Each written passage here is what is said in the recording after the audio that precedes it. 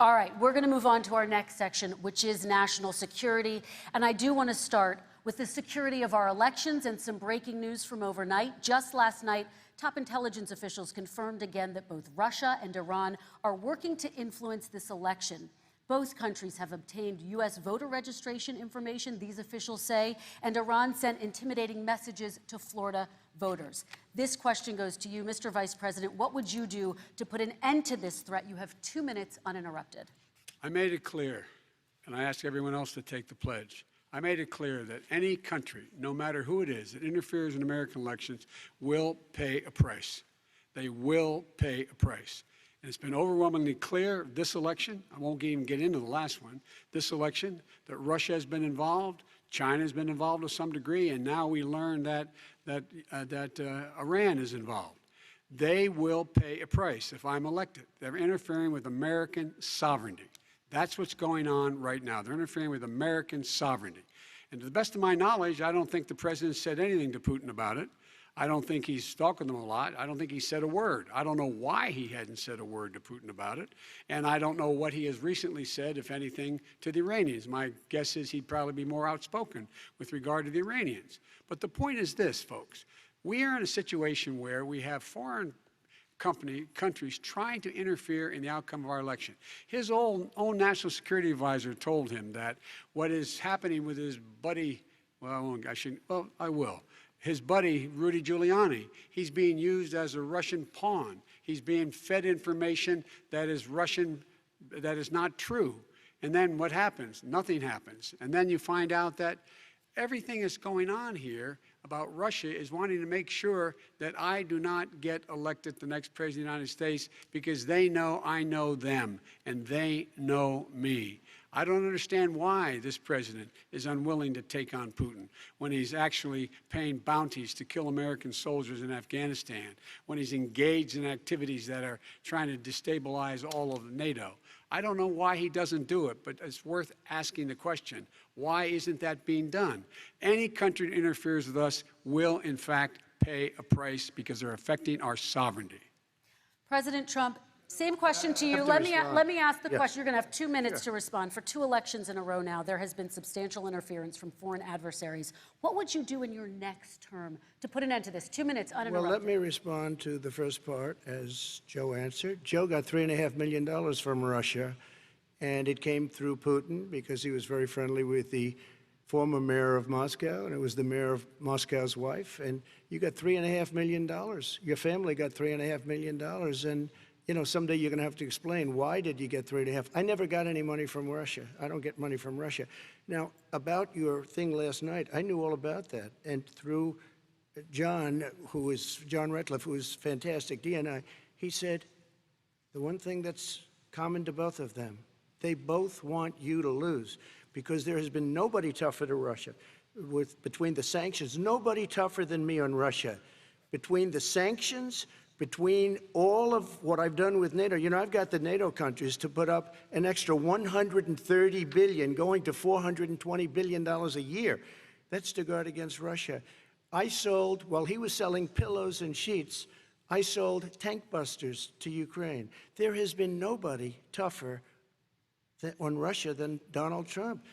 And I'll tell you, they were so bad. They took over the submarine port. You remember that very well. During your term, during you and Barack Obama, they took over a big part of what should have been Ukraine. You handed it to them, but you were getting a lot of money from Russia. They were paying you a lot of money, and they probably still are. But now, with what came out today, it's even worse.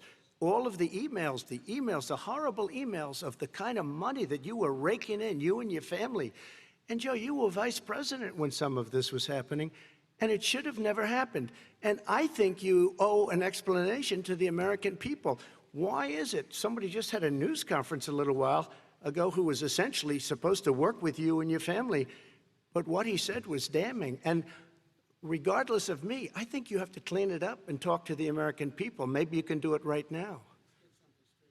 Vice President Biden, you may respond in 30 seconds. And then I do want to follow up on the election security. I have not taken a penny from any foreign source ever in my life. We learned that this president paid 50 times the tax in China, has a secret bank account with China, does business in China, and in fact is talking about me taking money. I have not taken a single penny from any country whatsoever, ever, number one. Number two, this is a president, I have released all of my tax returns, 22 years. Go look at them. 22 years of my tax return. You have not released a single solitary year of your tax return. What are you hiding? Why are you unwilling? The foreign countries are paying you a lot.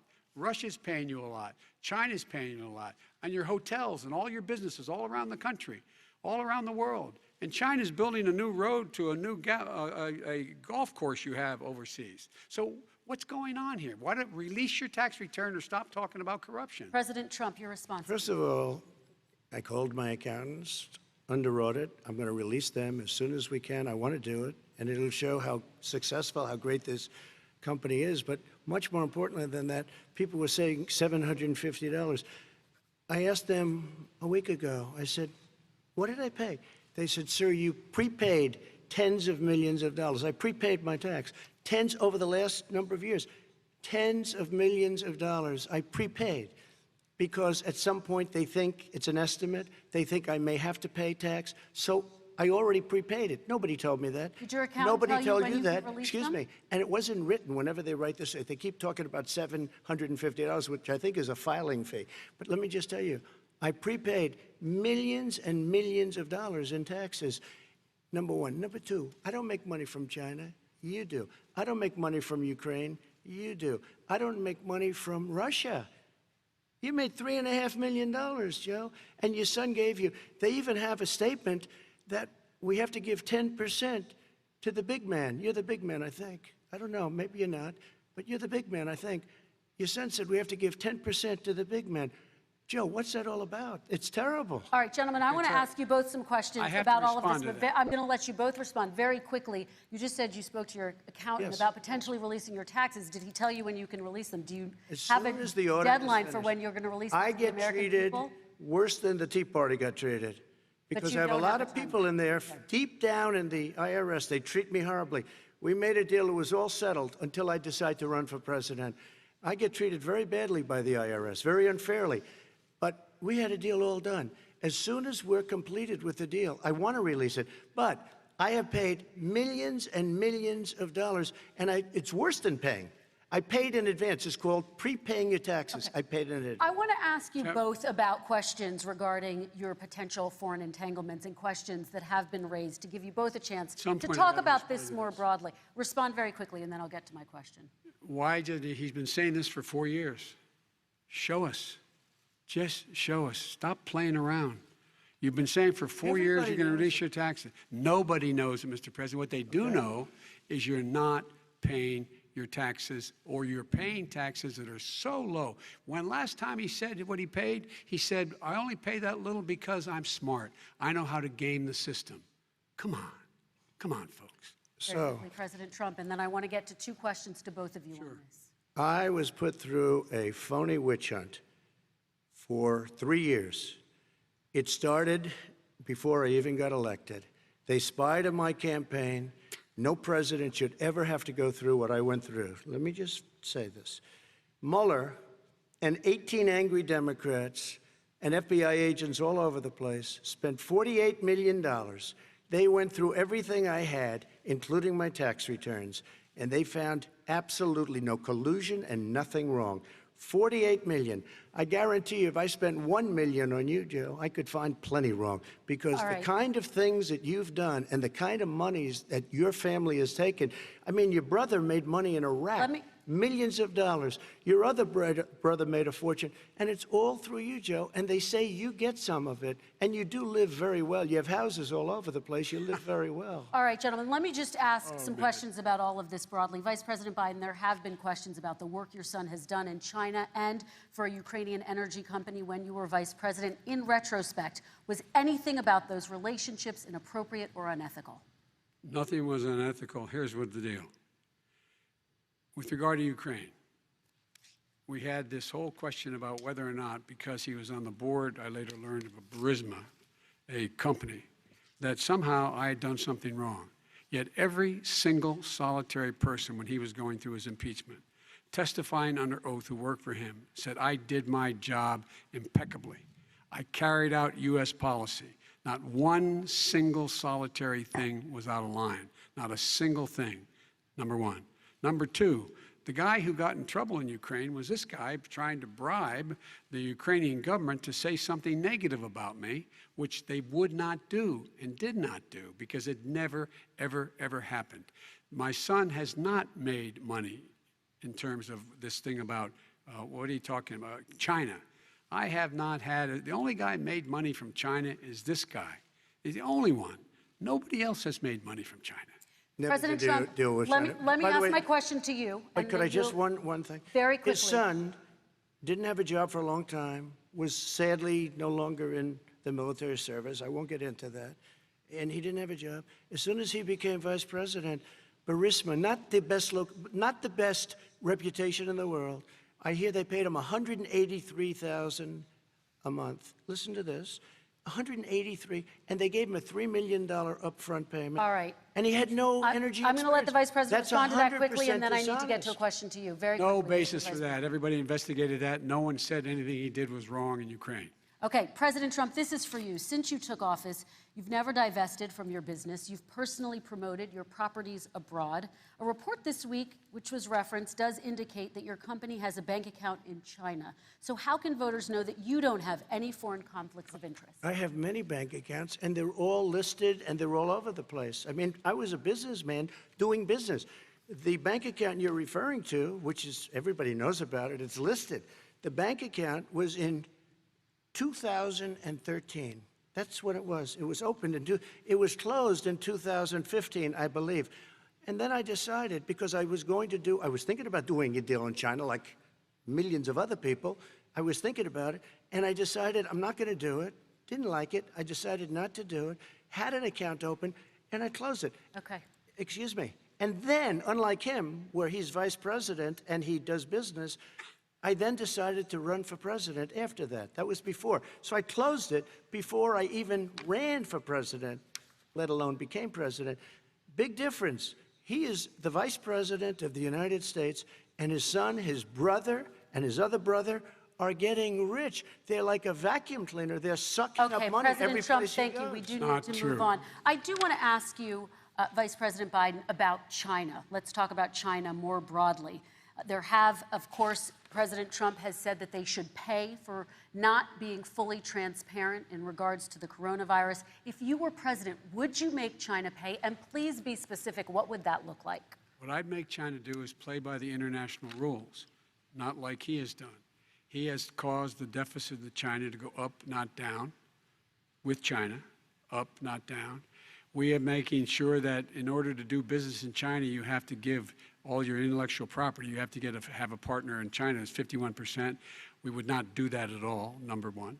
Number two, we're in a situation where China would have to play by the rules internationally as well. When I met with Xi, when I was still vice president, he said we're setting up air identification zones in the South China Sea. You can't fly through them. I said we're going to fly through them. We just flew B-52, B-1 bombers through it. We're not going to pay attention. They have to play by the rules. And what's he do? He embraces guys like the thugs like in North Korea and the Chinese president and Putin and others, and he pokes his finger in the eye of all of our friends, all of our allies. We make up we're 25% of the world's economy. We need to be having the rest of our friends with us saying to China, these are the rules. You play by them or you're going to pay the price for not paying by them economically.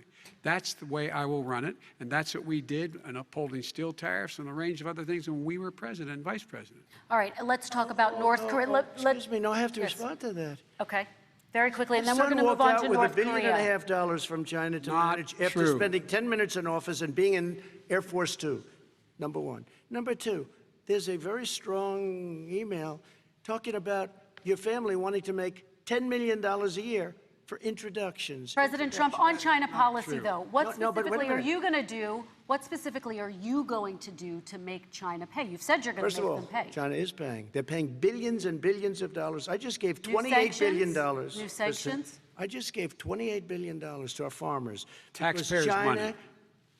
It's what? Taxpayers' money. Didn't come from Yeah, China. you know who the taxpayer is? It's called China. China paid true. $28 billion, and you know what they did to pay it, Joe?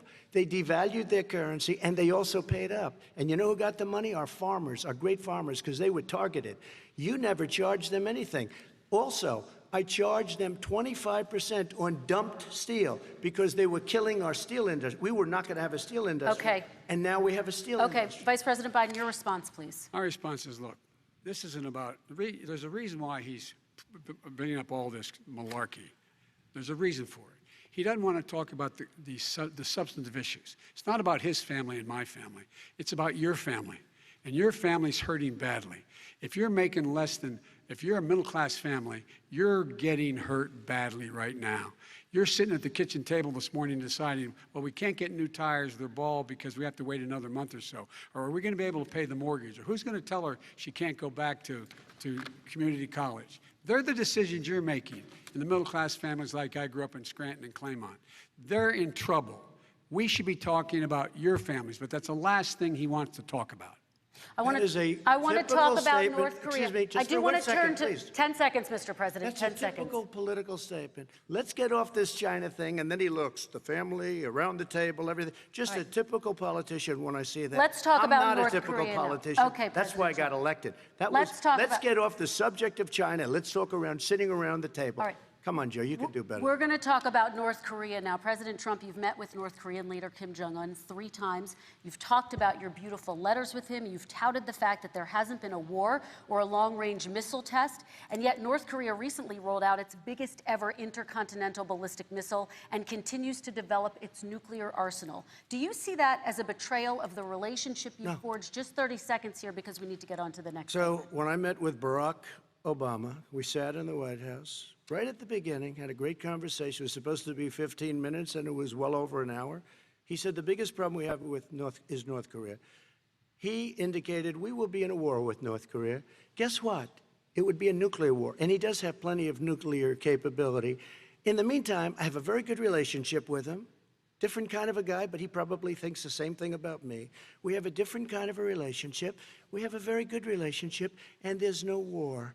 And you know, about 2 months ago, he broke into a certain area. They said, oh, there's going to be trouble. I said, no, they're not, because he's not going to do that. And I was right. Look, instead of being in a war where millions of people, Seoul, you know, is 25 miles away, millions and millions, 32 million people in Seoul, millions of people would be dead right now. President we Trump, don't have that's a war, 30 and seconds. I have a good Thank relationship. you. Vice President Biden, to you, North Korea conducted 4 nuclear tests under the Obama administration. Why do you think you would be able to rein in this persistent threat right Because I'd make it clear, which we were making clear to China, they had to be part of the deal. Because here's I made it clear, and as a spokesperson of the administration when I went to China, that they said, why are you moving your missile defense up so close? Why are you moving more forces here? Why are you continuing to do military maneuvers with South Korea? I said, because North Korea is a problem, and we're going to continue to do it so we can control them. We're going to make sure we can control them and make sure they cannot hurt us. And so if you want to do something about it, step up and help. If not, it's going to continue. What has he done? He's legitimized North Korea. He's talked about his good buddy who's a thug, and he talks about how we're better off. And they have much more capable missiles, able to reach U.S. territory much more easily than ever did before. Let me follow up with you, Vice President Biden. You've said you wouldn't meet with Kim Jong-un without preconditions. Are there any conditions under which you would meet with him? On the condition that he would agree that he would be drawing down his nuclear capacity to get the Korean Peninsula should be nuclear-free zone. All right, let's move on to American families. Kristen, they tried Very to quickly, meet with 10 him. seconds, They President. tried to meet with him. He wouldn't do it. He didn't like Obama. He didn't like him. He wouldn't do it. Okay, I know got to for give him a fact they chance to tried. respond to that He before we wouldn't move do on. it. You And know, that's okay. You know what? North Korea, we're not in a war. We have a good relationship. You know, people don't understand. Having a good President relationship Trump, with we have leaders to move of other on, 'cause countries we have is a lot a of good thing. We have a lot of questions to get Yes, to. not That's Your like response. saying we had a good relationship with Hitler before he, in fact, invaded Europe, the rest of Europe. Come on. The reason he would not meet with President Obama is because President Obama said, we're going to talk about denuclearization. We're not going to legitimize you, and we're going to continue to put stronger and stronger sanctions on you. That's why he wouldn't meet with us. All right, And let's it didn't move happen. on. Let's Excuse move on me. and talk about He left American me families. a mess, Kristen. President Trump, okay, we do They need to left move on. me a mess. North Korea was a mess. We And in need to fact, move if on you so that remember we the can get first to all 2 or of 3 other months, questions tonight, there was a President very Trump. dangerous period in my first 3 months before we sort of worked things out a little bit. Okay. There was a they left us a mess. And Obama would be, I think, the first to say it was the single biggest problem he thought that our country. Okay, let's